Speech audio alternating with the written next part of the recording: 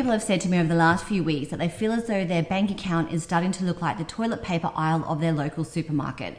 Now, unfortunately, there's been lots of things happen over the last 4 weeks, probably four to 6 weeks actually, in terms of what's happened to our local economy. If you have been one of those people where you've been stood down, redundant, had a reduction in your income, now is probably more important than ever to sit down and actually look at what it costs you to live. Many people don't understand what their living expenses are. Some people can't even recall what their mortgage repayments are. So spend this time to understand what it costs you to live.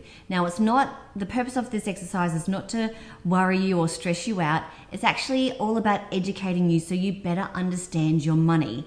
Now, there's a couple of things that you can do for this. You can look through, if you use a bank card or a credit card for all of your expenses, you can go back through the last 3 months of your bank statements or your transactions online and start filling out a budget which will give you a really good understanding of what those costs are. If you still use quite a lot of cash to pay for all of the things like when you go grocery shopping, etc., then make sure you get receipts and store them in a place so that at the end of a month, I recommend you doing it over a 1 month period, you can get those receipts and sit down and put those into your budget. And that way you'll get a really good understanding of what it costs you to live. Now, on the other side of this, once you do get a really good grasp of what your living expenses are, one, you can actually look at some of your big ticket expense items, insurances, electricity, phone bills, health insurance, food bills. They seem to be the biggest expenses with most people. And you can actually review whether, one, you could be doing something smarter with those, and even giving some of those providers a call to see what other options are available to you. It's a really, really good time to do a reset and reevaluation on some of the expenses you have.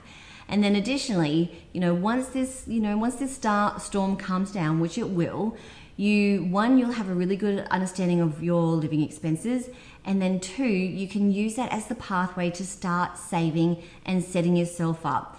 It's really important that you do start to look at ways in which you can self-protect in the future.